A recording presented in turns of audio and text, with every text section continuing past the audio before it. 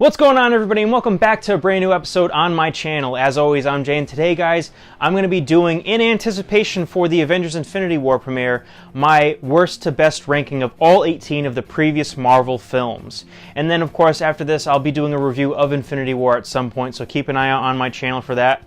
But, guys, I know what you're thinking. How the hell can you rank these from worst to best? Well, let's be real, guys. Not every Marvel film was perfect, and there are some things that, as time has gone on, have dwindled the quality of these films. And I can't be such a fanboy that I'm blinded to these negatives and really how useless certain films or elements in films have become over the course of us getting more and more sequels. And honestly, guys, I'm going to be using 5 different elements and factors that I'm going to be using to judge these. First is the visuals. Now, guys, the visuals aren't very important because no matter what film you get from Marvel, 9 times out of 10 it really is gorgeous. It looks great, and the way that it's played out with the CGI and stuff isn't too bad, especially depending on what time the film was actually made. Then we have stuff like the effort. Was the acting great, or were the actors phoning it in? And does the film kind of feel like it's trying to give you some hard questions to pose? Does it stand the test of time, or does it kind of fall flat because, again, it's kind of a paint-by-numbers movie that really doesn't push the envelope? Then there's the experience. How immersed was I inside of the film as I was watching it? How great did the film actually rope me in? Then there's the excitement aspect, guys. How excited was I going into the film, and was my anticipation actually met or exceeded by that film, or did it kind of give me an underwhelming feeling? Then there's the importance. How important is the film that I'm focusing on in the scope of the larger arc of the Marvel Cinematic Universe films and the story that they're all trying to tell over the course of the 10 years that Marvel has been in business. Alright, guys, well, now that we've got that out of the way, let's jump right in, starting with number 18. Hope you're ready. It'll be here any minute. Is that a rifle? You don't know what a rifle looks like? It's just swords were your thing and guns were mine. But I guess we're both doing guns now. I just didn't know that. Like other sequels on this list, Guardians of the Galaxy 2 did not meet expectations. The soundtrack wasn't as good as the first one. All the character arcs that were made in the first film were rolled back. There was no Thanos or Infinity Stones. They killed Yondu, and they wasted Star-Lord's lineage. There was some forced humor, and honestly, guys, it kind of felt like they just made Nebula and Gamora make up so that they could team up against Thanos in the Infinity War film. But I could just be guessing here.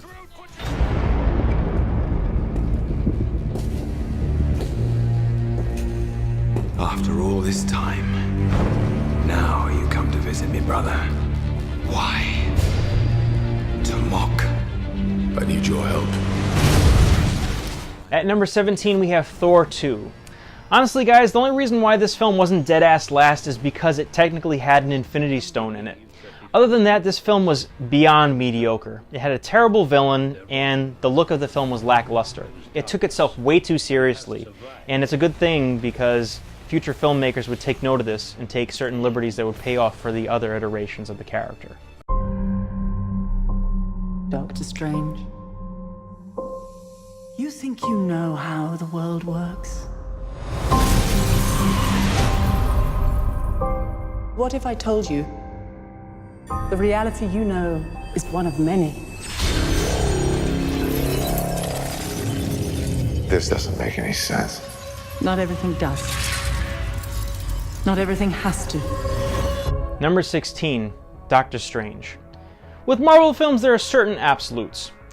They're fun, they underdevelop and almost always kill their villains, but most importantly, they're formulaic. In every single Marvel film, there's always some type of villain that attains this great power, whether it's magic, formulas, technology, or anything like that. And the film's protagonist has to defeat them so that they can save the world. Doctor Strange is no different, and as a matter of fact, is probably the third in the line of a few films that follow that same exact formula. Although this film did introduce us to the mystical aspects of the Marvel Cinematic Universe, and it did have an Infinity Stone in the Eye of Agamotto. Furthermore, it roped in the Cumberbatch crowd, so kudos for that. I'm Tony Stark. I build neat stuff. I got a great girl, and occasionally save the world. So why can't I sleep? Number 15, Iron Man 3. Now I know this film's purpose was really to strip everything down and take away Tony's tech, and we love Robert Downey Jr. as an actor, but it really didn't feel like the stakes were high enough in this film. It felt more like a Shane Black movie than an MCU movie. Plus, the Mandarin reveal was the most cringe-worthiest moment in the entire Marvel Cinematic Universe. And unfortunately, even though this film was a lot more thrilling than the previous iterations, it's really not that good and important in the scheme of things.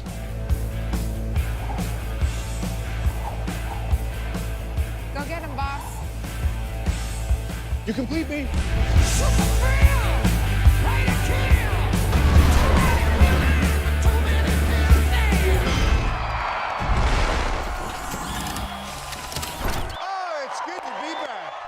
Number 14, Iron Man 2.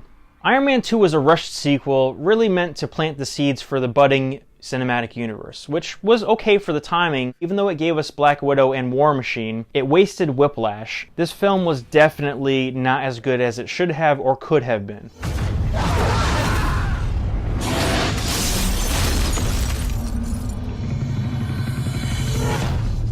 We've never seen anything even close to your levels of exposure. That you survived an event like that, it's beyond my comprehension. Number 13, The Incredible Hulk. Despite being a solid entry in the Marvel Cinematic Universe at the time, this film really hasn't aged well, whether you're talking about the jarring fact that Ed Norton is not Mark Ruffalo, or the fact that it really isn't necessary when you're looking at how we met Dr. Banner in the Avengers. But other than that, guys, we got a kick-ass fight scene between Hulk and the Abomination at the end, and William Hurt as Thunderbolt Ross is awesome. If you give godlike powers to everyone, it's going to be chaos. So how do we stop him? I know a guy. Number 12, Ant-Man. Ant-Man was another paint-by-numbers Marvel film, but what really made this film stand out was the on-point humor and the casting. Paul Rudd, Evangeline Lilly, and Hank Pym himself, played by Michael Douglas, rounded out a great cast. The visuals of the film were great, not to mention the fact that they didn't take themselves too seriously. I mean, how the hell else can you describe a life or death battle that takes place in a kid's room with a choo-choo train? Rogers, Steven. Just give me a chance. Sorry, son. I'm saving your life. Number 11. Captain America, the First Avenger. A feature which invokes the spirit of old-time adventure films, this movie captured the feel and purity of Marvel's first Avenger. Though slightly predictable, this film beautifully incorporates Cap's start as a propaganda piece into becoming a true hero. I have sacrificed much to achieve peace.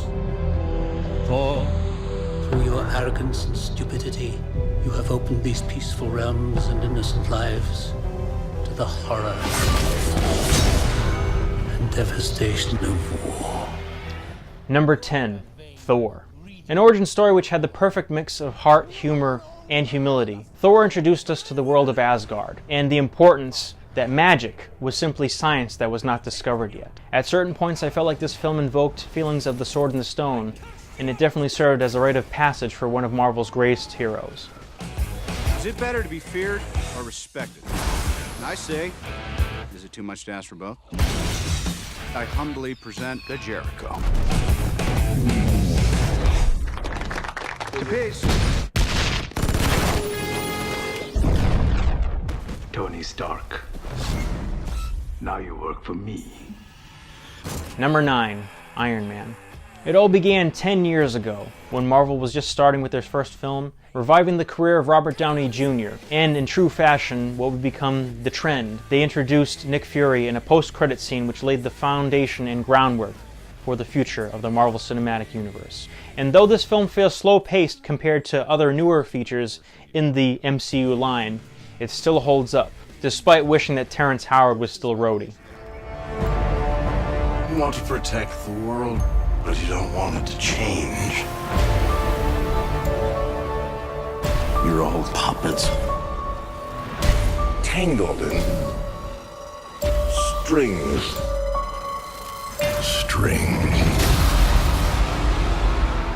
Number 8, Avengers: Age of Ultron.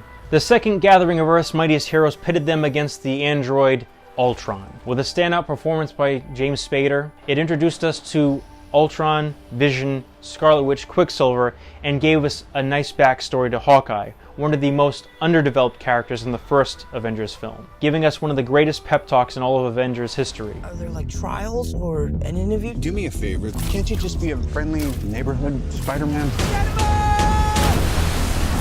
Just stay close to the ground. You're the Spider-Man from YouTube. Number 7, Spider-Man: Homecoming. Spider-Man's first standalone film in the Marvel Cinematic Universe, and it was spectacular. It pitted him against Michael Keaton's Vulture, which was another standout performance. Much like the first Thor film, this film was also a rite of passage. And despite Flash Thompson and MJ not being like their comic counterparts, you can't help but love this film. And nobody saw that Vulture twist coming. Shh, no spoilers. Hey, that's mine. You son of a... Hey, take those headphones off right now!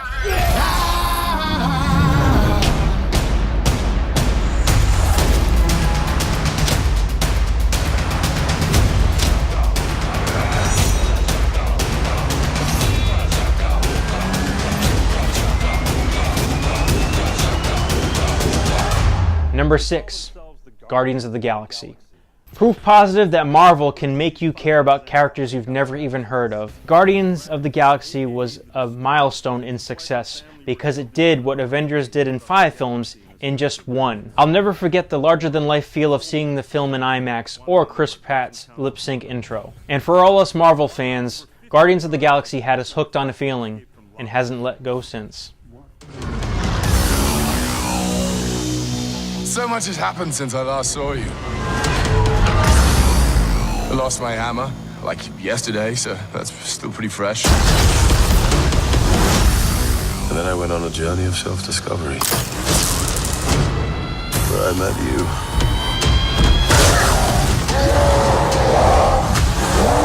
you. Number 5, Thor Ragnarok. Thor's third entry would be his most fun and successful, as director Taika Waititi merged humor and great visuals to give us an entry that turned the entire series on its head. While incorporating the Hulk and giving us Valkyrie and the deliciously evil Hela, he had us jamming to classic Led Zeppelin as Thor showed that he wasn't just the god of hammers. You were made to be ruled. In the end, it will be every man for himself.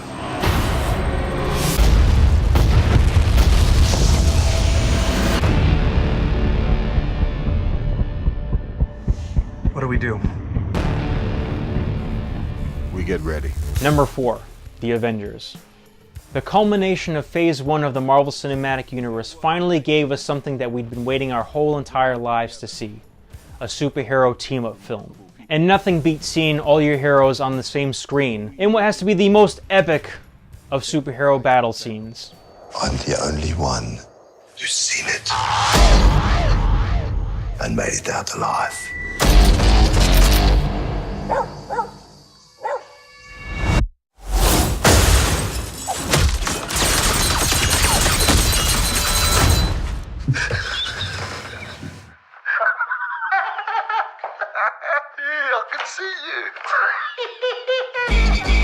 Number 3, Black Panther. Black Panther broke the Marvel formula in all of the right ways.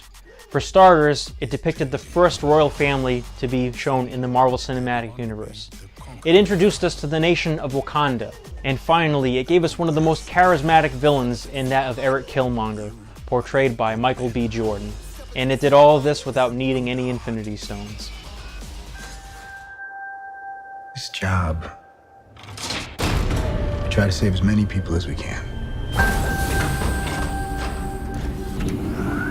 Sometimes that doesn't mean everybody.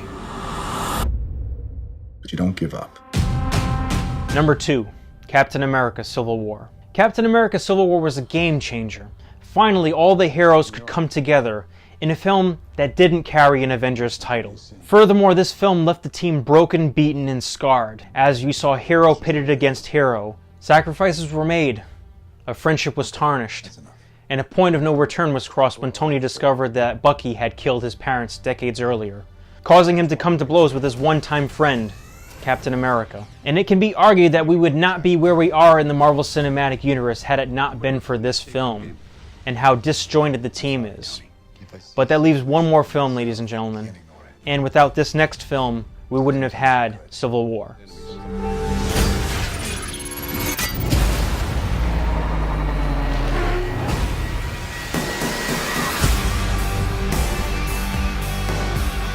Fast.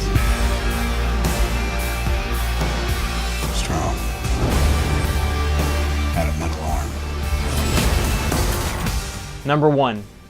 Captain America, the Winter Soldier. In their first outing, the director team of the Russo brothers gave us a masterpiece, as we follow Captain America exposing a corrupt SHIELD infiltrated by Hydra throughout the decades. Because of this, Captain America questioned everything he had ever known. His life, his purpose, his mission. And all while he was trying to save his longtime friend, Bucky, from the control of Hydra. Had it not been for this film exposing the dark side of the Marvel Cinematic Universe with regards to Captain America, he most likely would have never had split from his team on the Sokovia Accords issue. Alright guys, well that's all the time that I have for today. If you liked the video, give it a thumbs up, like, comment, subscribe. Keep an eye out for my Infinity War review. It's going to be coming real soon because I'll be seeing it this weekend. And until next time guys, catch you later.